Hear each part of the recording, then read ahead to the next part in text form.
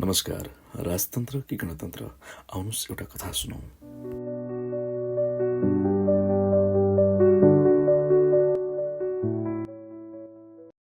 शेर विहीन जंगल।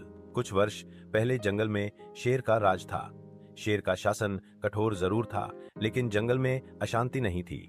न्याय सख्त था, पर सभी जानवर सुरक्षित थे। शेर की डरावनी दहाड़ और शासन के कारण शिकारी जंगल में शिकार करने से डरते थे। कुछ शिकारियों ने एक योजना बनाई और कुछ लालची जानवरों को अपने पक्ष में कर लिया। उन्हीं जानवरों की मदद से शिकारियों ने जंगल पर वर्षों से राज कर रहे शेर की हत्या कर दी। शेर की मृत्यु के साथ ही आसपास के जंगलों में भी भारी प्रभाव पड़ा। फिर जंगल में एक और शेर को राजा बनाया गया, लेकिन शिकारियों और कुछ जानवरों को फिर से शेर का शासन पसंद नहीं आया। शिकारियों की मदद से कुछ जानवरों ने अपने झुंडों को भड़काया और विद्रोह करने लगे। एक दिन सियार, बंदर और भेड़ों ने आवाज उठाई, हमें गणतंत्र चाहिए, शेर का राज नहीं चाहिए। इन जानवरों को शिकारियों की साजिश समझ में नहीं आई।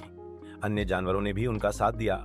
अंततः शेर को सत्ता से हटा दिया गया। सियार मंत्री बना, बंदर नेता और भेड़ दार्शनिक बनी। सभा होने लगी, भाषण दिए जाने लगे, लेकिन कोई काम नहीं हुआ। धीरे धीरे जंगल अव्यवस्थित होने लगा।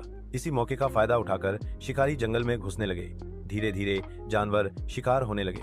हिरण, मृग, खरगोश सब गायब होने लगे। सियार, बंदर और भेड़ चिल्ला रहे थे, यहाँ हम स्वतंत्र हैं, हमारा शासन अच्छा है। थके स्वर में हाथी बोला, शेर केवल राजा नहीं था, वह रक्षक भी था।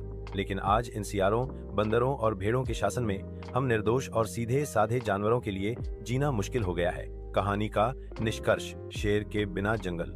कहानी यह स्पष्ट करती है कि एक सशक्त, दूरदर्शी और निष्ठावान नेतृत्व समाज की सुरक्षा और शांति के लिए अत्यंत आवश्यक होता है। शेर का शासन सख्त था, लेकिन उसी के कारण जंगल सुरक्षित था। जब कुछ नासमझ और लालची जानवरों ने बाहरी शक्तियों, शिकारियों के बहकावे में आकर शेर को हटाया, तब जंगल में अराजकता फैल गई। अनुभवहीन नेताओं के हाथों में सत्ता जाने से शासन असफल हुआ और शत्रु शिकारी ने जंगल पर कब्जा करना शुरू कर दिया। इसलिए केवल स्वतंत्रता और गणतंत्र की बात करने से कुछ नहीं होता। यदि नेतृत्व योग्य नहीं है, तो वही स्वतंत्रता समाज को विनाश की ओर ले जाती है। एक सक्षम और सशक्त नेतृत्व के बिना कोई भी समाज लंबे समय तक सुरक्षित और समृद्ध नहीं रह सकता।